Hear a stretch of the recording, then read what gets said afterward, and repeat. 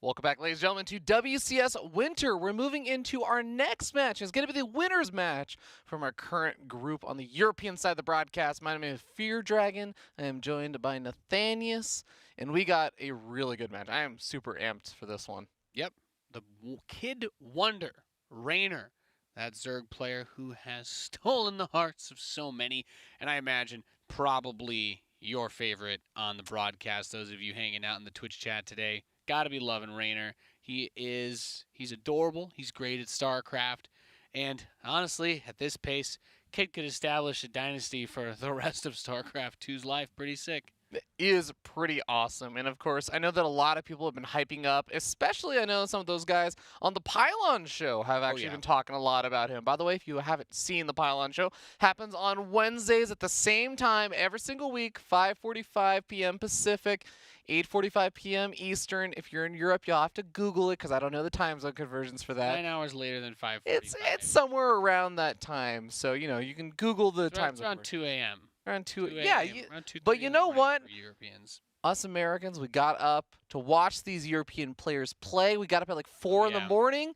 You guys can make it up for the Pylon show, too. Got to catch the Where's your WCS. passion? We're here for WCS, all right? If we can do it, you can too. We believe in you. And I'm so excited for this series. All right, we can tell them that we're ready to go now. Yep. Forgot to do that. So again, Reynor versus DnS specifically. DnS has also shown some really great games today, but this is going to be the harder match, or the hardest opponent he's probably going to face in this group. Or at least that's what a lot of people are expecting. I don't think anybody comes into this group thinking that Reynor doesn't finish in first place. Yeah. Otherwise, you're going to get a tweet from Roddy. You're going to get that, mate. What are you thinking? And then everyone's going to be like, well, if Roddy disagrees with you, you must be super wrong. Roddy is pretty on point about things. Yeah. I haven't even consulted him, by the way. I'm just going to assume that he picked Reynor to win this. That's a good guess. But here we go, ladies and gentlemen, game number 1 of our winners match, starting up here on the top right-hand corner of the map. New Repugnancy, we're finally getting some different maps, Nate. I was getting sick of Cyber Forest. It is DnS.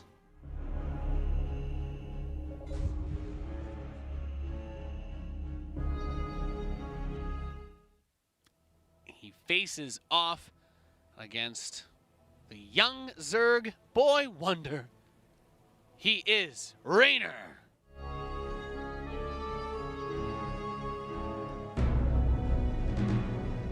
Reynor's so good, man. It is disgusting how good this kid is.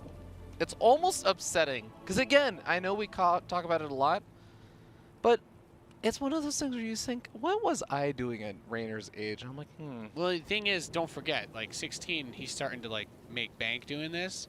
But he's been like a top 200 player since he was 12 or 11, which is crazy. What were you top 200? Well, you're, I mean, more than top 200 caster. But what else have you been top 200 in, Nate? I was really good at that DS Metroid game, actually. I was on the top 200 leaderboard for that. Yeah. Oh. That's about the only other thing I was ever like actually quite good at. I think I got on the Nexus Wars leaderboard in the first year. You do play a lot of Nexus. I played a lot. And then I realized that the save data for that game is a local file. That you can just go. And then I got a different computer. I had to reset it, and I lost all my Nexus Wars stats. I was very depressed. I lost my unlocked worker skins and stuff.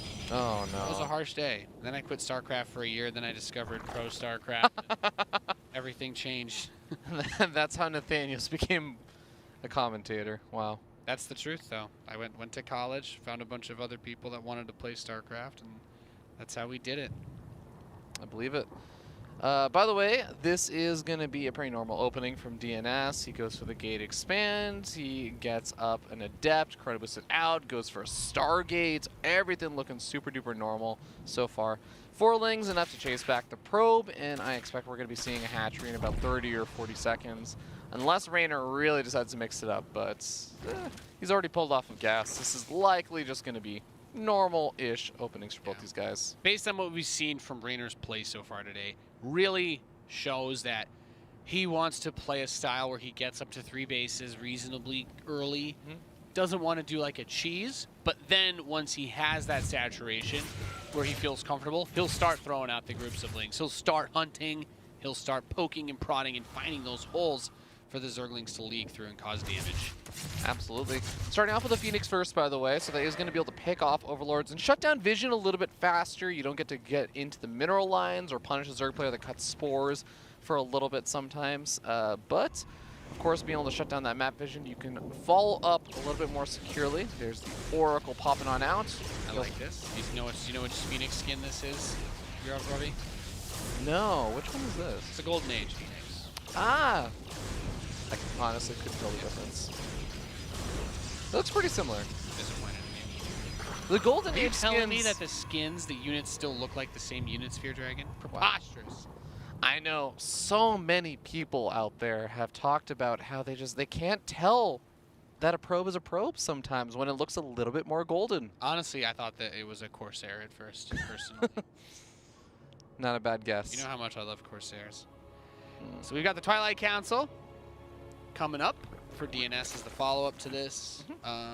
It's going to get scouted, by the way. The Phoenix did not quite see that second Overlord. A lot of Zerg players have just been sitting back with one Overlord to go for the scout into the main, just because Protoss players have been doing the exact same thing for so many games. But this game, it's going to pay off that he was able to scout this out, because like you said, no Robo. It's going to be a Resonating Glaive build as the Phoenix and Oracle move in, killing off a decent number of workers. Yeah, 4 probes. The Oracle's very weak. That's Golden Age Oracle, by the way. Goodbye, Oracle. Goodbye, Phoenix. Oh, that's rough. Oh, never mind, spoke too soon. It's a Roddy Phoenix right there. Okay, but I mean, seeing the Twilight Council is not necessarily just a reveal on its own. I don't know if you actually saw that. What it was I think seeing that there's no Robo is probably the biggest tell. Because if it was Twilight Robo, your brain goes to, okay, he's going to go charge into Immortals, blah, blah, blah. But a Robo does start now. So maybe he is just, maybe this is some sort of weird macro-oriented thing. I doubt it. There's still, what, 10 Adepts on the map? So I'm going to try to do something with Resonating Glaives. Maybe just expand behind it. Yeah, I mean, 4-gate Resonating Glaive Adepts can still get a lot of damage done. You just get a slightly later third base. But this is, I don't want to say a super committed pressure, but you want it, you need to get something done with this. Yeah, well, you don't just throw 10 Resonating Glaive Adepts to your opponent. I also don't think you just research Resonating Glaives after building a bunch of Adepts and do nothing with them either. But perhaps DnS is thinking about something else, because he's starting to, he's getting his second robotics facility. So I imagine he's feeling the pressure of the potential Roach threat. So get a queen or two maybe? This is a great micro from Reynor. Does finally get one of the queens. And the Lings on the other side of the map saying, okay, well. It's going to die immediately. Ooh, yeah. And the Adepts are finally just going to say, okay, well, if your Lings are there, then they're not over here trying to defend this base. But the drones have already been evacuated. Yeah, Resonating Glaive Adepts can do some damage to the hatchery, but it's really not that much. The Roaches dive in on top of this. Adepts might let that Shade finish since they know the Roaches are chasing after them. Yep, good call. Always important to keep your eyes on that. A lot of units, by the way, warped in and died for almost nothing at that third base. Yep. But the third base stays alive, and that is still a big deal. Being able to keep that alive when there are that many Lings kind of putting the pressure on. And the Roaches actually made their way across the map. This is going to be a big deciding factor, because we do have 1 Immortal on the map, 2 are in production, but he needs to get them over to that base to defend it. If he can snipe this third, that's going to be huge. I think it's already dead. Yeah. Okay, well, there you have it. Because I was going to say, the worker he's going to recall? Similar. The Adepts? Okay, gets the Adepts back. Yeah, that... If that recall was maybe 5-10 seconds earlier, I'd be into that, but this is kind of rough. We're going to try and get some damage. This might be the best part of all of that, is that he gets 2 Adepts to kill 5 drones.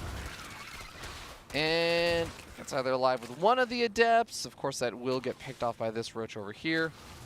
Charge finishes up, and DnS is in a tough spot. A Protoss player on 2 bases at the 7-minute mark is never a pretty sight. Yeah. He starts the third base up again. He does have the double Robo. He's crazy supply blocked. Yeah, versus a player that we've seen has like kind of leaned a bit more towards the mid-game lair tech, right? So there may be some purchase to continuing to crank out the Immortals. Reynor hasn't thrown down he does have the Infestation Pit, but he hasn't thrown down the Hive. So I guess that is interesting. He has had that pit for a while, but hasn't gone for it. Without Vipers, without going into Hive tech, he can just build Immortals versus this army. So yeah, Swarmos. When the Immortals count gets high enough, that is maybe something that can really push back a large number of roaches, but I love the way that Reynor's playing right now. He's poking at the front. Lings take away that one Stalker the wall, forcing a full wall off over there. He's going to try and draw some of the army over to the north side. As soon as he sees that, I imagine he wants to send in the rest of the roaches. But one Adept getting a lot of damage, and I think there was a second Adept here earlier on as well. He gets a little bit of a counterattack while all this goes down. And I love that Reynor's like, yeah, I'm going to keep chewing away at the wall until you bring even more units, because that one model's not going to stop everything. Now you have to break down your own wall. These situations are always stressful. And man, you know, I definitely recall there were some discussions earlier in this WCS winter when we talked about Zerg players and who might break out Swarm hosts. Didn't realize Reynor was one of them. But yeah. I have heard these Swarm hosts are becoming more of a thing in ZvP. I mean, especially if your opponent is just going with Resonant Engraved Adepts as an opening. They don't have any Stalkers. They don't actually have a Templar Archives and going to the Archon drops. He's going to see it as well. All these Lokis jumping on top of everything. Yep, Immortal's going to go down. We got the Ravagers knocking down the force fields, and that is it. This is no army for DnS to actually clean up anything here. Stalkers get warped in, but honestly, guys, I think that this is going to be pretty tough for DnS to pull back. GG, Reynor takes the first game. Unsurprising. Very, very well played. Yeah. There was the Resonating Glaive build by DnS, but he didn't want to commit to it in like a crazy way. Yeah. He was very patient with them and ended up, I mean, all he really did was kill like a queen and maybe a few lings, but not really getting like that. You know, when you watch someone like Neeb do this build, for example, we watched Neeb do a big Adept build. He's going to shade all of them into the natural. He's going to kill 7 or 8 drones, shade into the main, and he just does this really great dance, a tango, if you will, with the Zerg players, roaches, chasing back and forth. And DnS he looked like he was just afraid to pull the trigger, and maybe he should have.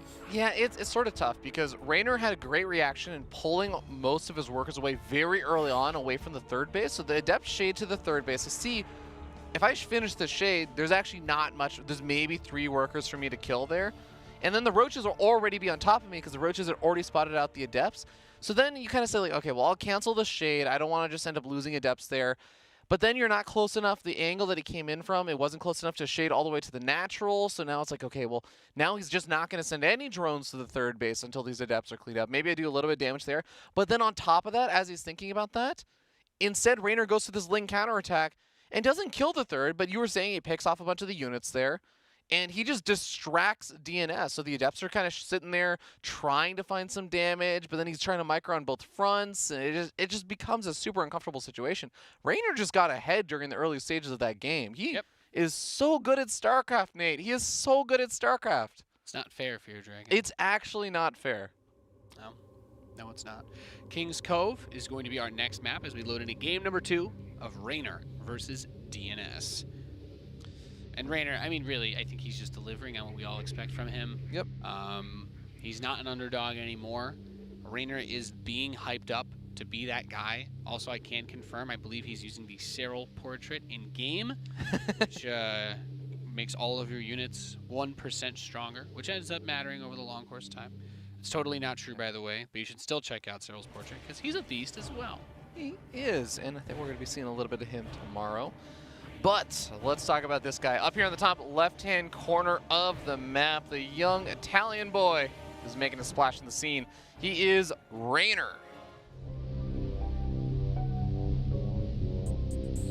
Young Italian man, actually. I take it back what I said. Yeah.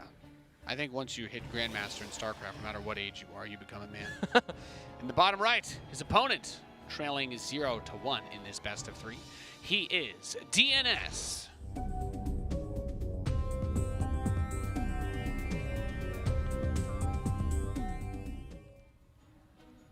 Now, again, I do think that it's not a super unexpected result if Reynor ends up taking this and even takes a 2-0. It's not even a disrespectful thing for DnS. It's just that Reynor is actually that good and that hyped up around now. Oh, yeah. So DnS, he's going to do his best, and I like that first game he kind of throws out the Resonating Glaive build, the 4-gate Resonating Glaive Adepts, because I haven't seen that for a while. And while it didn't get anything, it didn't quite do the damage he needed to get done. I like the fact that he's mixing it up. I like the fact that he's trying to stay a little bit unpredictable. Because again, you were talking about this In the first series of the day that we saw Reynor, you gotta actually mix things up if you're up against a player that is considered so good. Yep. I really liked Marine Lord's attempts against him. Naturally, as we saw, Reynor was still able to outplay him and take that series, but Marine Lord was very aggressive with his greed, as he felt that getting an economic lead early on would be able to put him in a position he needs to do it. And Reynor has shown almost no tendency for aggression until he's on 3 bases saturated, which I think there is something to take from that. What if DnS had just gone Nexus first, Fear Dragon? Yeah. He would have gotten away with it if he had done it. Just saying. It's so funny, Reynor, because you were talking about this before in the last game. Reynor is such an aggressive player, but it isn't really early game aggression. Occasionally there might be a little bit, but usually it's all the mid and late game aggression, the counterattack swinging in after he set up those 3 bases. So yep. It is maybe something to consider, and we definitely saw Marine Lord try and take advantage of that, but Marine Lord no did. avail. Marine Lord's build this morning, if you try that on ladder, and a Zerg player Roger Ravager rushes you, you're dead 100% of the time. Like it's almost impossible to hold with Hellions against like Ling Ravager or one of those insane like 2-base busts from Zerg. Unless it's Ling Bane, then Hellions can do anything. But okay. Reynor, by the way, only going for the single Overlord scout this game, and he's sitting that Overlord over the gateway, waiting to see if it's an Adept or a Stalker. And he is going to see it is a Stalker, so he's going to retreat back up to that cliff so he can survive a little bit longer with that. But that means he's not actually going to necessarily get into the main base and see what the follow-up is. He will know it's probably not a Stargate since it's a Stalker second, but he doesn't know exactly what the follow-up will be. And, ooh, this is a nice... I love this mix-up. Shrine. 1 in every 60 games, a Protoss player will go for the Dark Shrine Archon Do you have drop. that stat? Oh, Dark Shrine Archon drop. Okay. Yeah. I'm approximating, of course. I was going to say, if you had the actual stat of how many 1 in 60 games a Protoss player goes DTs, I'm like, goodness I have gracious. looked at all of the games that every Protoss player I don't know, in man. existence has played. Have you met and In one Control? That guy crunches the most insane numbers. I wouldn't be surprised if you could crunch that number, Fear Dragon. I have not quite ascended to In Control levels, and unfortunately he's out in the Antarctic right now, so we'll have to... True. We can't really even phone him in. He's saving the penguins right now. But the funny thing is, the important math on this is that for DTs, if there is no spore crawler, which by the way, there's a blind spore in the main, but not necessarily at the natural or the 3rd base. If 4 DTs get in on top of one of these hatcheries, and then as soon as the first swipe happens and Overseer starts morphing in, that hatchery will still die before the Overseer finishes, and DnS will have done the damage he was looking for.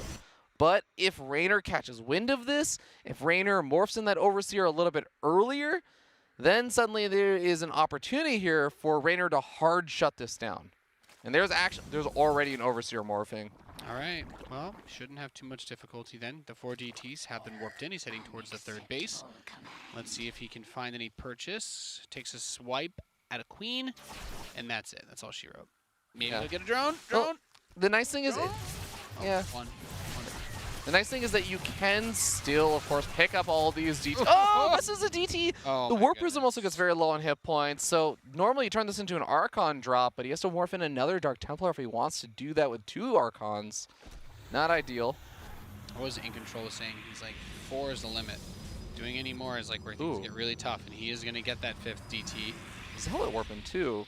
Looks like he really wants to commit to this. He is going for a 3rd base. I love those Golden Age skins, by the way. The Zealots look so HD. I love the Archons, the Golden Age skins. They just like- look a little bit more electric. They look like the Brood War ones. They look like they should be doing splash damage to any units around them. They've got that Jimmy Neutron glow thing circling them. They're so cool. That's a reference. A couple of the roaches are popping on out now. I wonder if DnS felt like he could get a bit more damage done than originally thought, just because he saw only Lings for the earlier defense. The roaches I like had popped it. out. Oop, just don't. Oh my god. That is stressful. That is a way to lose the game right there. I'm sweating right now. It's frigid in the studio, but I'm sweating watching that Warp Prism Fear Dragon. I mean, to put that in perspective. Oh, a second Warp Prism, by the way. On the bottom left-hand side of the map. Ever heard of the Roddy Prism Fear Dragon? The Roddy Prism. I mean, this actually reminds me. I wonder, is he going to go for the 4 more DT warp in? No. Because there was a 4 Archon drop thing that wasn't for long. It was for about a week. It's never been done before. It's too dangerous. It actually that was actually the. Oh my God, he's doing it. He's warping in some more DTs. Oh my goodness. Yeah, So- I thought it was just going to be Zealots. Well, 3 DTs if he gets. Okay, no, he's gonna morph them into Archons. Yeah, so there was this short period of time that 4 Archon drop was actually a thing in PvZ, and then legitimately, like you said, it was too dangerous because Protoss players realized it was really hard to micro 2 Warp Prisms with 2 different sets of Archons on 2 different fronts at the same time. You think DnS played Terran to practice this build? The drops. Multi-prong drop harass Archons hitting that west side.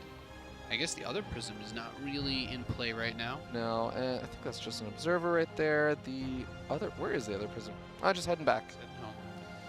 The Spire is going to be able to push back any of the Warp Prism play. Overseer comes in, scouts out. Robo is still just actively producing things. He sees a handful of the gateways being thrown down, and of course the Templar Archives being thrown down right after that Overseer skirts out of vision range. Yep. This goes back to what I was saying earlier. Hallucinated Phoenix sees the Spire, but that Overseer, this map, a lot of these maps, you have this space. And that's what I'm talking about, like the Overseer there to give vision. You can really play around with the air. It's good for drops as well, because those would be out of the range of the Stalkers.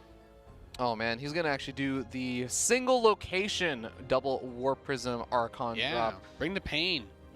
A lot of roaches situated at the front though, and is DnS gonna have enough APM to handle both the Warp Prisms and also force fielding against the roaches as he segments his entire army over to the natural, but that also leaves his Archons and his Immortals barren and open at the 3rd base, and the Archons are getting some good damage done, sure, but he also has to make sure he picks those up so he doesn't lose them to the reinforcements. It's very low. He's going to warp in more defensive Zealots. Lost a decent chunk of probes, but not too many. All 4 Archons are still alive. Yeah, and one of them is low on hit points, but it can be picked up. He's warping in some more Zealots. DTs. He's warping in DTs onto the Prism. Those aren't just going to be Archons, right? Okay, does lose one of them. I guess he sees that there's no Overseers. And yeah. Those DTs are hacking and slashing. This is actually sick, and unfortunately losing some of the Archons is going to hurt. Look at this transition. We have 11 mutas on the way. Okay, well, those mutas are going to be a little bit scary. The Archons are going to be helpful. You can still morph in one more Archon with these 3 DTs, but... He recalls everything. Oh, he gets out of there in time, yeah. A moment of pure, unadulterated terror when you realize that those Archons are actually your only real anti-air you have in this game. Shield battery is going to help out a little bit, but 11 mutas is enough to kind of out DPS those shield batteries, still get the damage done, and he doesn't even go over to the 3rd base. He goes straight over to the natural. Yep. Yeah, so this is where it gets really tricky, right? Warp Prism. He's going to do the juggle. Okay. Juggle the Archons, but without Phoenix, these mutas do have, theoretically, infinite potential to kind of skirt around. The mutas can never engage this many Archons. They'll die instantly. There are 6 Archons, and that Warp Prism making it very annoying for him to try and get some damage done. But remember that this is also distracting DnS. This is a very high APM intensive way to try and deal with the Mutalisk, using a Warp Prism to shuttle around Archons and controlling them on multiple fronts. So that allows things like the Roaches to get the run-bys. The run-by master, Reynor, finds his openings. Yep. Photon Cannon knocked down, and the Roaches are going to help the mutas just fight against the Stalkers. And meanwhile, behind this, it's additional ground upgrades. Reynor squeezing out extra drones, getting a Hydralisk Den, moving into an army that's not actually just mutas. So this isn't like, he's not going like full Bly or something. He's not going to build an insane number of max out mutas, but he is going to use the mutas that he has to really force out these units that are not that great in the long run against the army composition he wants to go for. Yep. I mean, no more Immortals have been produced for a while now, and we end up seeing that massive Roach Ball starting to swell up in front of that natural in the 3rd base. +2 missile attack on the way. Reynor is still just buying time for himself, keeping DnS totally on the defensive while he pushes into the Cybernetics core. Going to go for some Corrosive Biles on it. Not going to be able to get it. Backs out of there before the Force Fields can trap him in. He's trying to open up that space a little bit. The attacks on that base, or excuse me, the rocks. Yeah. I'm also noticed. I actually don't like him opening up the rocks. No, I don't think that's a good idea either. I also noticed that he had a sick Artosis pylon in his main base that I just realized as well. Oh my God, yeah, that is 3 gateways, a Templar Archives, a Forge, and another gateway. It's 4 gateways, yeah, that's a lot. It's a lot of his production, I think. Yep. Mutas diving back in. They are down very heavily. There's only 2 mutas, but they're still actually killing some more. Fear Dragon, this muta play was amazing. It did so. God, the thing that's so scary about Reynor to me is that he forces the game into these high APM situations. You look at his APM, average APM for Reynor, 410. So active with the Mutalisks and the Roach run-bys while also microing behind all of this. And then DnS is sitting, I mean, still at a pretty high number, 285, 286, but it is so difficult because he forces you to be so active in a lot of different places on the map. Yep. Man, he really had something good going for him. And that Muta transition just really did a lot of work. Has to cancel the warp in there. Don't worry, he got the money back for those. Okay, the army is making its way across the map. The Muta does actually spot that out. And we also have another warp prism inside the main base. Looks like he remade the second warp prism. It is going to get focus fired down by the Queen, but not quite low enough. It is going to finish up, or stay alive, I mean.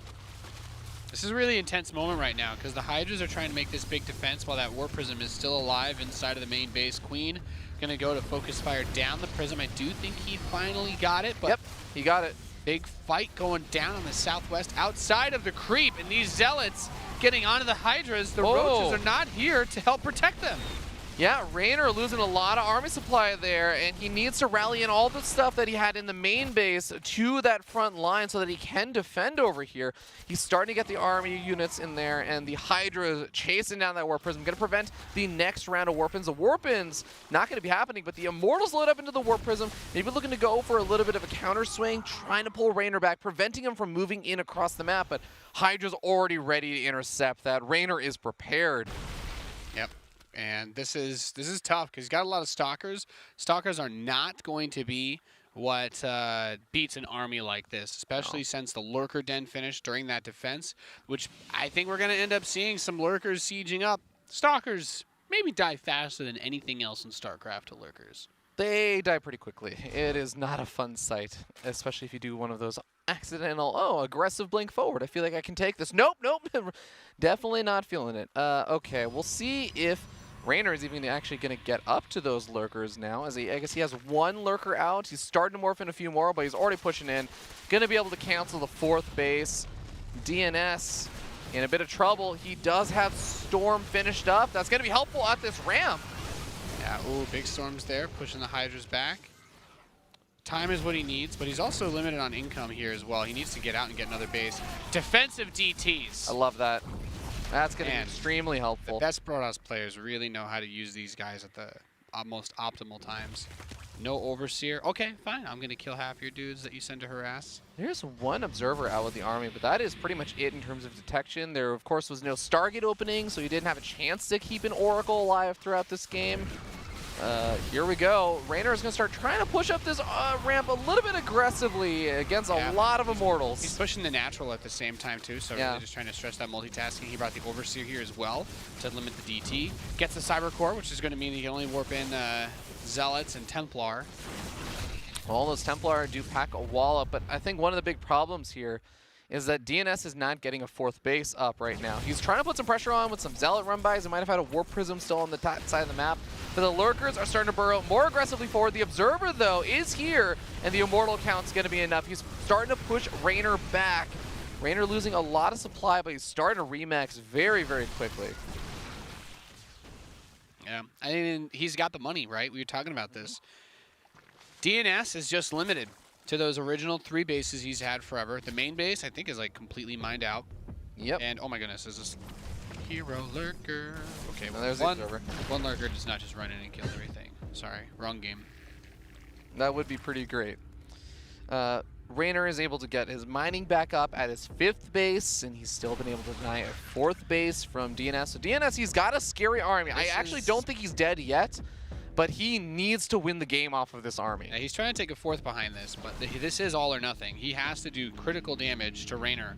Otherwise, maxed out Reynor is just going to kill that base. He's going to get that Hive up, and just the game's just going to get more and more ugly. Yep. Doesn't see the High Templars making their way across the map. The Archons will definitely be helpful as we end up seeing 4th base is going to get... Oh my god, DnS is going to pull back. It's already been canceled. I think you just got to give it up. Is he trying to segment off those units? I don't know. He's trying to go from a different angle. This is just going to turn into the sickest final push here. Another Ling run by is going to get through. Oh, yeah, right, because he blipped the wall. So he's going to warp in a bunch of Zealots to defend. That's going to take the wind out of his sails, I think, on the push a little bit. I don't think this is necessarily going to be enough, but remember that Reynor is counterattacking and has forces, the Lings in the main base. He has this force over here. He does have one downside when he goes for all these counterattacks, and that is his main army is going to be just a tad bit smaller from all of it. So with how cost-efficient DNS's army supply is, there is still a chance for him, but he is getting more and more all in on this. The Lings still getting damage done. They're actually going to pick off the Dark Shrine soon. Yeah, getting rid of the tech buildings, I guess, is the next focus. He's outpowered everything. These storms are like, yeah, you can't move into the little valley. But then Reynor's like, well, you actually are the one who needs to attack into me. I'm going to get my Greater Spire, build some Corruptors, Broodlords. I do think we've kind of reached that point where I guess he's like, I guess the only way to really kill you is if I go for Broodlords, because you do have a very powerful ground army that's hard to engage into with Hydras. Well, focus firing down the Roaches after getting that Immortal caught, making the mess of a bad situation. He's moving on in, and where is that Greater Spire again? It's at the third base, so if DNS actually doesn't go kill that Greater Spire, he actually just dies to that, because I think 4 Stalkers and an Archon are not enough to kill even 2 Broodlords that come out. He's lost so many workers, and he's also he's out of money. Natural expansion barely has anything left at it. These probes are long distance mining. Those guys are actually all exposed now. Yeah. And Reynor's just like, I'm going to turn this into a base trade, by the way. BT dubs. Try to defend. I'm going to force you to bring everything home is his goal. Well, yeah, so maybe a little bit of a dangerous move, but I guess at the same time he is maybe a bit afraid of storms at a bad engagement angle. He's left the lurkers over there. If you look, 4 Broodlords are on the way. The lurkers are by the east side base, so they're still going to protect, try and stop that army from moving in. I like the split up of the Zealots into the main base. Goes, I think, after the Roach Warren there, and now he can actually go after the Hydra Den, cut off most units being made, and then he can go for the spawning pool, but he's making his way around a very long way, and that's going to give so much time for more Broodlords to finish up. And remember, Broodlords underneath Lurkers, so you can't just jump on the Broodlords. There's no way to actually handle this. GG. Yep, GG. Reynor takes the 2-0, moves on to the next stage here of WCS Winter Europe. Very, very, very good play by him. That's so good. The tendency to go for the later tech, I think we saw a little bit of the vulnerability here. DNS really made something out of this game because Reynor was just so hesitant to get that Hive tech. If Reynor, during all of this, like after the Muta swap and whatnot, is like, all right, put the pressure on, go straight to Hive, get Broodlords, I think he wins this game like 5 minutes ago. Yeah, I actually am trying to remember. I remember the Swarm Hosts and stuff. I guess the Swarm Hosts were the last game. Yeah. But yeah, he was kind of sticking around on just lower tech units for a while. He eventually did add in the Hydra Den and started getting more Hydras. But yeah, like you said, not really going for the Hive tech for quite a bit of time. Maybe there's something there, but it is so difficult. He forces you into this high APM situation where there isn't really just some go-to answer of, okay, well here, like I have these units and therefore your attacks are invalid. No, it's you have to be able to just keep up on all the different fronts. It's a straight up skill test. And Reynor pulls apart his opponents so often. And DnS held out for a really long time there. He was not actually taking much damage from a lot of those 1-2 punches, but eventually he started taking more and more damage. And the fourth base never went up. He ran out of money. That was it. Like by the end of that game, Natural was pretty much done. Main was mined out forever, and even then the third base doesn't have that much money anymore. Yeah. Well, really well played. DnS is still going to be available to make it out of the group. He's still going to be able to go to that decider match, but he has been knocked down. Reynor makes it out of the group like you said, and our next match is going to be exactly that decider match. It's going to be between DnS and Soul, the rematch of the second series of the day. Ladies and gentlemen, you guys are watching WCS Winter. We'll see you with our last match in the European group.